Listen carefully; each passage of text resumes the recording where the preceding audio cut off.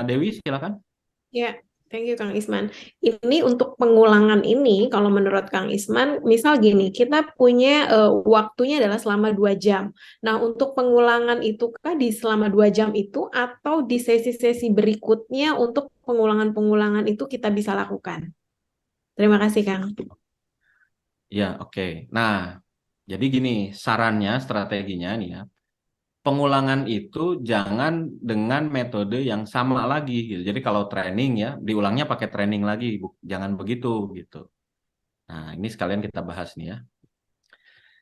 Jadi orang itu kalau ikut training, dia kan pasti diterapkan hasilnya, benar nggak? Setelah dia bisa menerapkan, dia akan membagikan pengalamannya itu, entah itu ke peserta training lain atau ke teman-temannya, ya, atau misalnya dia diangkat jadi instruktur, jadi trainer, jadi coach, supaya dia bisa membagikan pengetahuan dan pengalamannya. Betul kan? Ya.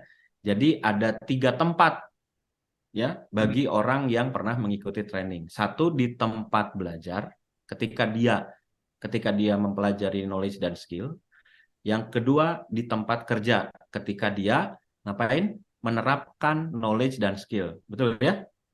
Dan yang ketiga itu di tempat mengajar. Jadi kalau orang yang pernah belajar terus menerapkan, next levelnya itu dia akan mengajar gitu, mengajarkan. Ya, mengajar itu bukan berarti di dalam kelas ngasih kuliah, bukan ya. Dia akan ngasih tahu ke orang lain, dia akan berbagi pengetahuan, dia akan bercerita gitu. Nah, itu mengajarkan kembali. Jadi orang itu akan begini kalau ikut training nih, ya. Kalau ikut training yang benar gitu ya. Sales misalnya, dia akan belajar ilmu sales bersama Mbak Dewi, lalu di tempat kerjanya dia akan menerapkan dengan atasannya Pak Josli misalnya. Dan ke teman-temannya, ya misalkan temannya itu Mas Majid, eh, Mbak Yulia gitu ya, itu akan berbagi gitu, ya.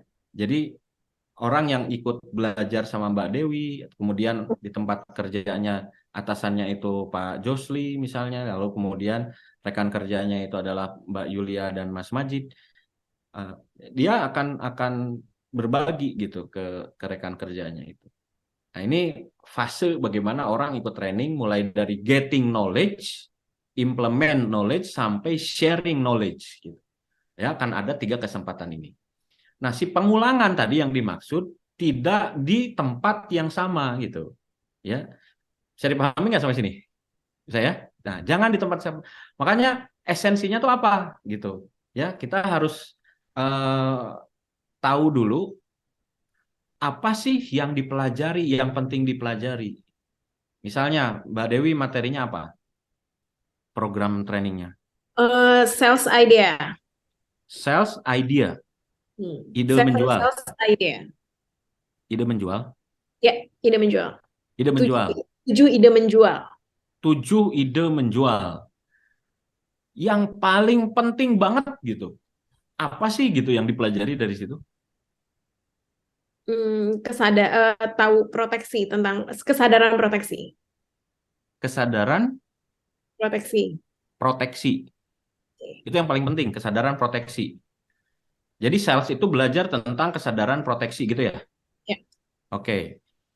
Di kegiatan apa dalam training yang Mbak Dewi lakukan, activity-nya ada apa saja?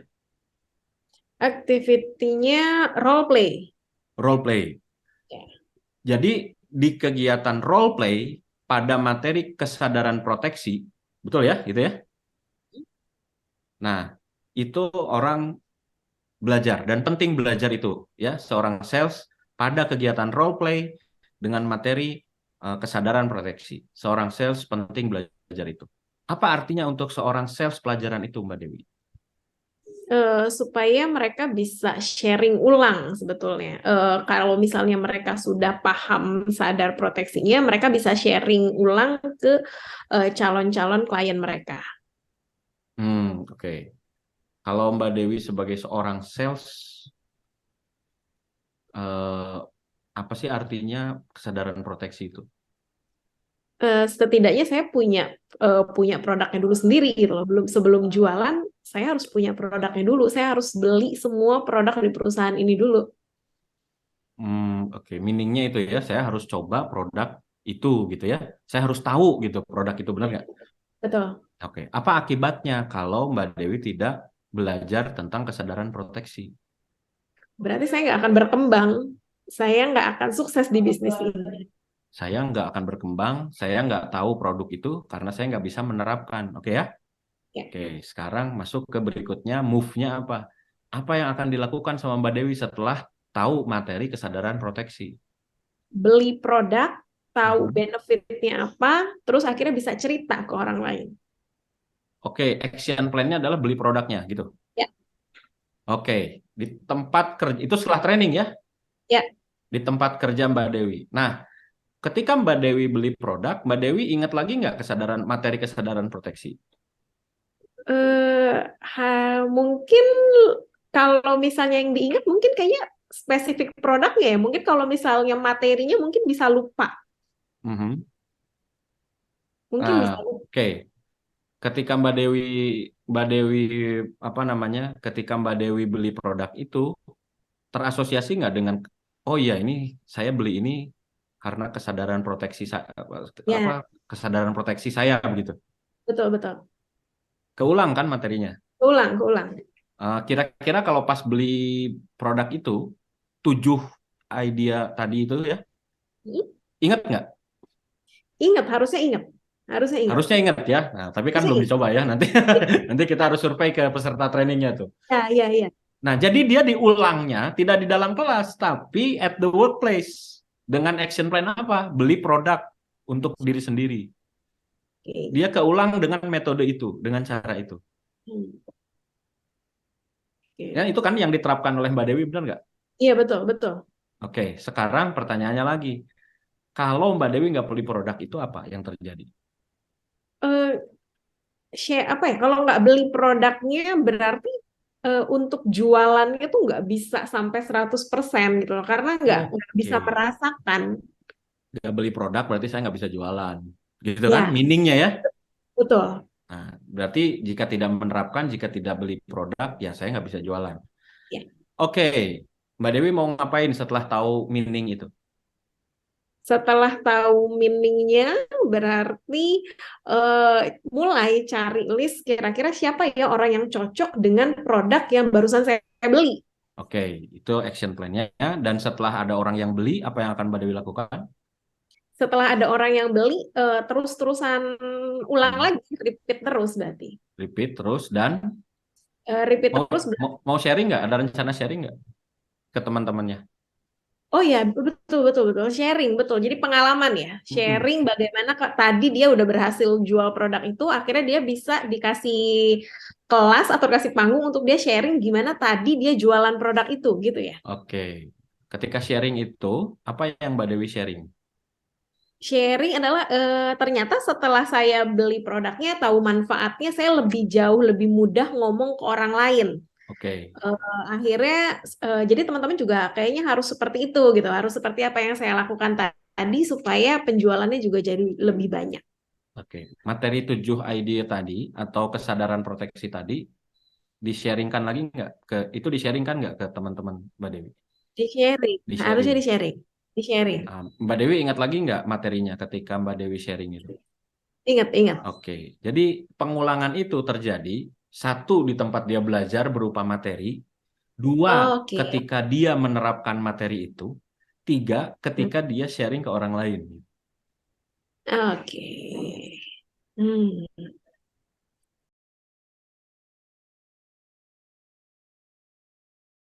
Oh ya, ini saya menambahkan Pak Jos.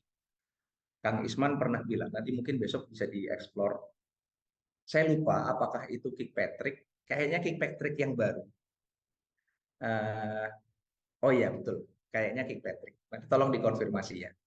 Kick Patrick yang baru dalam konteks menuju ke learning ke behavior-nya itu memang akhirnya menggunakan coaching dan mentoring ini. Nanti silahkan dikonfirmasi. Karena sebelum Kang Isman minta saya untuk ngajar ini, karena ini 2-3 tahun yang lalu saya pernah diminta ngajar ini. Namanya CLIP, Coaching Learning Implementation Program. Kang Isman pernah nunjukin model Kick Patrick yang baru. Jadi Mas, ini ternyata Kirkpatrick itu dari proses learning ke mana? Ke behavior itu bisa menggunakan pendekatan mentoring sama coaching karena ada coachingnya dia ingatnya saya. Kenapa? Karena dia tahu saya itu punya pengalaman di learning learning apa namanya corporate university. Jadi nyambung. Oh iya ya oke, nyambungnya enak. Terima kasih Pak Jos. Jadi ngingetin saya waktu itu Kang Isman pernah nunjukin itu modelnya. Nanti silahkan dikonfirmasi. Oke, gimana nih teman-teman? Nah ini ya, jadi nanti silahkan yang bisa melakukan ini idealnya adalah kalau memang mau boleh external trainer dan external trainernya ini kalau memang apa namanya ini akan menjadi sangat pilot project yang luar biasa kalau memang ini didapetin. Ya deh Pak, tolong Pak. Cuman saya nggak tahu perusahaan mana yang akhirnya mau billing untuk kesini ya. Mungkin yang sangat bisa melakukan itu adalah internal trainer. Jadi punya authority untuk bisa ke sana. Atau kalau memang mau di split yang melakukan trainingnya eksternal atau internal trainer, tapi kemudian yang melakukan coaching dan mentoringnya adalah leader. Nah ini akan apa namanya berhubungan dengan apa yang ditanyakan Bu Yulia tadi. Bagaimana dengan leadernya ya? Kalau memang mau leadernya diajak untuk brainstorm bahwa ini adalah satu program yang dalam rangka untuk mendevelop si timnya. Jadi apa ya brainstorm silabus, kemudian cek apakah dia sudah punya skill atau dibekali skill mentor atau coach. Nah nanti akan lebih bagus lagi jika dia nggak hanya training, tapi juga dia dilakukan pendekatan mentoring dan coaching untuk menjadi mentor dan coach juga itu seperti itu. Sehingga ini bisa ya minimal mendekati untuk ke sebuah behavior. Begitu.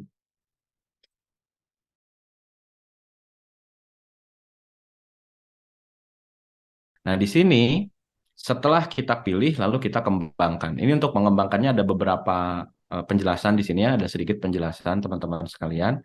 Kalau assignment itu karakteristiknya peserta diminta untuk mendemonstrasikan suatu instruksi atau beberapa instruksi yang spesifik ya. Contohnya demonstrasikan cara untuk melakukan campaign ya, campaign secara online atau buatlah campaign secara online dengan kriteria A, B, C, D gitu ya. Itu melakukan tugas secara spesifik. Oke. Dan biasanya dilakukan secara bertahap. Jadi kalau tugas A sudah selesai dan sudah bisa diterima, baru masuk ke tugas yang berikutnya, tahapan berikutnya. Nah, di sini yang harus diperhatikan kalau kita bikin follow up-nya berupa assignment, itu kejelasan instruksinya. Apa yang harus dilakukan, kriterianya apa, kapan harus dikumpulkan tugasnya gitu ya. Dan relevansinya dengan dengan perilaku itu. Kebanyakan kalau assignment itu ujung-ujungnya yang dinilai laporan. Nah, ini yang kurang relevan teman-teman sekalian ya. Jadi misalnya ditugaskan untuk memimpin satu tim ya ke daerah yang belum pernah dikunjungi begitu ya, ke area, ke teritori yang belum pernah dikunjungi. Tiba-tiba tugasnya itu yang diminta begitu hanya laporan gitu ya, hanya laporan tertulis gitu. Dan itu pun tidak diminta untuk dipresentasikan laporan tersebut. Nah, ini kan kalau hanya bentuknya laporan kita tidak bisa menilai apakah perilakunya sudah berubah atau tidak gitu ya. Ini yang kadang-kadang suka bertentangan gitu. Kalau laporan ya ranahnya mungkin hanya sekedar pemahaman ya, apalagi cuma tertulis. Tapi kalau misalnya kita bisa menunjukkan hasil hasil pekerjaannya gitu ya, ada videonya, ada rekamannya misalnya, terus kemudian di situ ada ada bimbingan ya, pembimbing tugasnya bisa langsung turun, bisa langsung melihat. Nah, itu jauh lebih relevan dengan perilaku yang akan diubah tersebut daripada hanya sekedar membuat laporan gitu. Yang kedua, adalah metode project. Nah, metode project ini menerapkan hasil pembelajaran dengan kreativitas. Jadi biasanya mirip seperti assignment, cuma peserta itu diberi kebebasan gitu ya, diberi kebebasan untuk berkreasi ya dalam menerapkan hasil belajarnya itu. Contohnya misalnya targetnya membuka ceruk pasar yang baru gitu ya, atau misalkan membuka peluang yang baru. Nah, terserah peserta kreativitasnya seperti apa gitu ya. Nanti dia bikin project misalkan bikin acara, bikin event gitu ya di sebuah tempat ya di yang pengunjungnya ramai misalnya. Itu dibikin satu project. Nanti dilihat hasilnya bagaimana, apa yang dilakukan gitu ya. Penilaiannya penilaian project tersebut. Termasuk di sini yang dinilai juga kreativitasnya. Yang ketiga, performance coaching, yang menerapkan hasil pembelajaran dalam memperbaiki performance. Nah, catatannya kalau kita mau menggunakan metode coaching, itu kita perlu memastikan si orang yang akan di-coaching itu knowledge, skill, attitude-nya atau level 2-nya sudah mencukupi. Ya, jadi teman-teman sekalian, kalau Anda mau menindaklanjuti pembelajaran atau hasil training pakai metode coaching, sebaiknya kita pastikan atau kita pilih orang-orang yang hasil tes knowledge dan skill-nya memang sudah masuk di standar gitu atau lebih dari standar ya, karena nanti di coaching ini peserta akan di-challenge gitu ya, akan di-challenge untuk mencapai performance tertentu gitu. Makanya kecukupan kompetensi itu jadi penting. Jangan sampai ketika di coaching dia nanya-nanya lagi, definisi ini apa ya gitu ya. Pada saat proses coaching itu udah bukan ranahnya gitu ya. Apa penjelasan ini saya kurang paham nih misalnya gitu ya ketika di coaching itu. Itu kalau misalnya pesertanya belum mencapai standar kompetensi yang diharapkan ya, terus kita mau bikin follow up, sebaiknya kalau pesertanya seperti tadi kondisinya jangan menggunakan metode coaching ya, pakai yang lain gitu. Kalau output feedback, memberi feedback, ya ini tadi udah dijelaskan ya, lihat dari apa frekuensi feedback kita dan dari kualitas feedback kita begitu ya. Kemudian work sampling, nah udah tadi kita jelaskan juga ya, ketuntasan tugas biasanya hal yang dinilai, kemudian kita lihat progresnya ya. Nah, kita kembangkan, ini contohnya misalnya, dalam melakukan assignment ya, misal kita pilih assignment, tugasnya adalah mempraktekkan digital marketing, oke? Instruksinya, nah ini kan kejelasan instruksi menjadi poin yang penting ya kalau kita mau memberikan assignment untuk follow up. Instruksinya praktekkan tahapan digital marketing, satu tahap diberi kesempatan 1 minggu, jadi dia kan ada 3 tahap berarti 3 minggu begitu ya, deal gitu. Nah jadi yang menentukan goalnya itu adalah pesertanya sendiri. Coach ini hanya mendampingi gitu, memastikan bahwa orang tersebut bisa menentukan goal dengan tepat, ya, cukup challenging goalnya, terus ada ruang untuk menerapkan KSA yang dipelajari, dan si orang ini, peserta ini komit dengan pencapaian goal tersebut. Nah itu fungsi coach itu di situ, peran coachnya tuh di situ, ya. Nah, kita tulis di sini ya. Di sesi coaching pertama, Dadang menentukan goal 2 desain online campaign yang menarik. Oke. Lalu kita masuk ke realitinya, ya, realitinya. Dadang ini kemudian dia kan mengerjakan 2 online campaign yang menarik ya. Lalu di tanggal berapa ketemu di sesi coaching ya, kita lihat hasilnya. Seberapa menarik gitu ya, seberapa menarik online campaign-nya Dadang gitu. Kita bisa baca sebagai perspektifnya pegiat medsos begitu, atau kita bisa minta pendapat orang lain ya yang juga memang sering bermedsos gitu ya. Kalau saya sih jarang berhenti maksudnya. Bisa dipahami ya sampai sini ya. Jadi yang menentukan goal-goal di sini Dadang tuh ya si Dadang ini pesertanya. Nah, jadi di sini cukup ini dilakukan checklist. Hasilnya sesuai checklist. Ini dilakukan, tidak dilakukan, hasilnya tidak ada gitu ya. Ini tidak dilakukan, tapi ini ada hasilnya. Wah, bingung nih, kenapa gitu ya? Tidak dilakukan, tapi ada hasilnya gitu.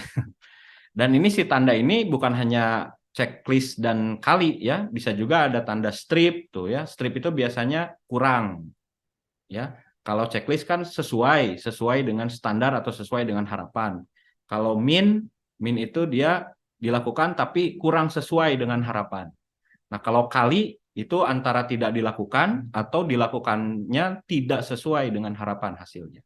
Ya, ini saya contohkan dua. Ya, saya contohkan dua. Mbak Dewi misalkan lagi ngebimbing atau lagi jadi atasan para sales gitu, dari kejauhan ngeliatin gimana orang ini memprospek, gimana orang ini bernegosiasi gitu ya. Itu dengan cepat langsung pakai HP di ini gitu ya. Nah, sekarang kan pakai HP ya, nggak usah checklist begitu. Tinggal kita bikin aja di Google Form tuh, tek tek tek tek gitu. Udah gitu selesai gitu kan. Laporan langsung terkirim ke pusat gitu ya, pakai Google Form. Ya sekarang enak sih ya pakai ada Google Form gitu, yang gini-gini tuh bisa dimasukin aja ke Google Form ya. Tinggal ngikutin ininya, polanya. Langkah kerja 1 dilakukan hasilnya gimana, langkah kerja 2 dilakukan hasilnya bagaimana, lalu di sini digabung nilai langkah kerja berapa ya. Nah, ini simbol-simbol ini dikasih nilai. Ya, kalau checklist misalnya 50 karena ini hanya ada 2 ya, hanya ada dua kriteria penilaian ya. Di sini yang checklist itu 50, yang cakra atau kali itu 0. Ya, kita lihat form yang berikutnya. Nah, ini ditambahkan dengan apa? Dengan persen penerapan hasil belajar. Jadi seperti tadi, ini masih sama ya. Langkah kerjanya online campaign dilakukan, di sini hasil atau indikatornya apa? Checklist atau cakra begitu. Terus di sini kita tambahkan satu kolom, ya. Di sini kita tambahkan satu kolom, penerapan hasil belajarnya berapa persen. Nah, cuma catatannya, kalau yang ini itu dilakukan oleh penilai, oleh evaluator, oleh asesor, oleh atasan, begitu ya. Ini dilakukan oleh atasan. Yang ini kita bertanya ke pegawainya, ya, ke orang yang kita nilai. Jadi misalnya judul materi trainingnya itu atau judul pelatihannya itu digital marketing, ya. Terus kita lihat di sini online campaign dilakukan, hasilnya sesuai dengan harapan. Terus kita tanya, Mas, sini Mas, kamu kemarin peserta itu ya digital marketing? Ya Pak. Berapa persen materi online campaign yang kamu terapkan di pekerjaan ini? Masih ingat nggak materi online campaign? Oh iya masih ingat Pak. Nah itu berapa persen tuh berpengaruh terhadap pekerjaan Anda melakukan online campaign? Ya saya nerapin materinya sih 60% Pak. Nah gitu ya, kita tulis di sini 60%. Ini supaya apa? Supaya kita bisa mengukur nantinya impact dari pembelajaran. Ya, jadi kalau kita baca di sini, hasil belajar digital marketing itu 60% berdampak kepada proses kerja sesuai dengan harapan dan hasil pekerjaannya sesuai harapan. Wih, keren, 60% aja sesuai harapan, apalagi 100% ya. Benar nggak? Enggak juga. 40%-nya dari mana dong kalau begitu?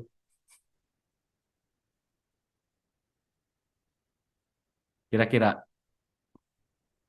Nah, sekarang teman-teman, setelah kita bikin follow up programnya dulu, ya si desainnya ini kita buat, ya, baru kita develop trainingnya.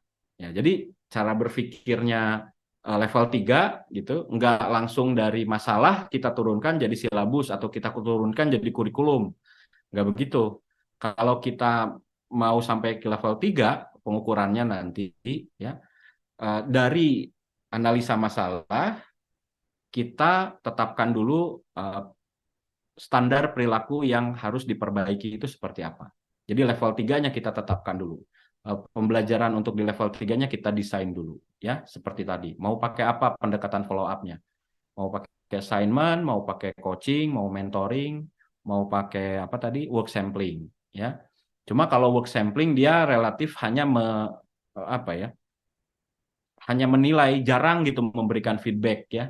Hanya menilai, bertanya berapa persen gitu. Setelah itu sudah. Kalau yang lain kayak metode-metode assignment, project mentoring, performance coaching, itu selain dievaluasi, selain dinilai, itu ada pembelajarannya juga, ada challenge-nya gitu ya, ada penilaian hasilnya, ada feedback-nya gitu.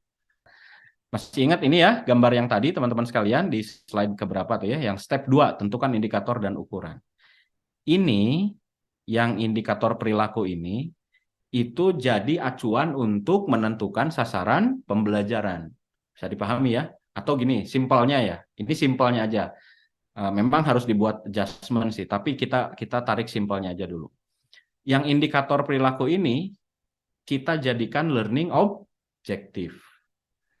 Buat ditempatkan di mana? Di silabus. Ya. Jadi nanti kita buat silabus seperti ini kan bentuknya silabus ya. Nah, semua udah tahu lah ya, teman-teman pasti lebih jago membuat silabus.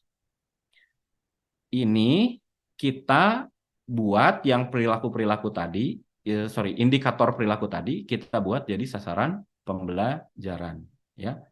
Mampu melakukan campaign online, mampu menentukan target prospek, mampu membaca buying signal untuk closing. Oke. Nah, ada sasaran, maka seperti biasa ada indikator. Tadi kan ada perilaku, ada indikator perilaku, ya. Ada sasaran perilaku, ada indikator perilaku. Sekarang ada sasaran pembelajaran dan juga ada indikator pembelajaran. Nah, misalnya di sini jangan susah-susah lah, Pak. Kalau indikator pembelajaran mah di Bloom Taxonomy sampai level kedua aja lah, sampai tingkatan kedua. Understand, katanya gitu ya. Oke, namanya juga membekali gitu ya. Ya, understand aja cukup. Jadi, karena sasaran pembelajarannya yang kita harapkan hanya sampai level understand, maka indikatornya hanya ngapain? Menjelaskan. Ya, jadi ketika peserta pembelajaran itu bisa menjelaskan poin-poin ini, ya, maka kita bisa berikan kesimpulan, oh, sasaran pembelajaran ini sudah tercapai. Ya, tinggal nanti dimasukkan ke program follow up. Oke. Nah, si program follow up itu kan untuk menindaklanjuti ini indikator perilaku ini nih, ya. Nah, kalau ini di follow up, maka apa yang terjadi? Perilaku yang di L3 itu yang sebelah ini, kolom ini. Nah, ini terbentuk, ya. Perilaku ini terbentuk, berubah gitu.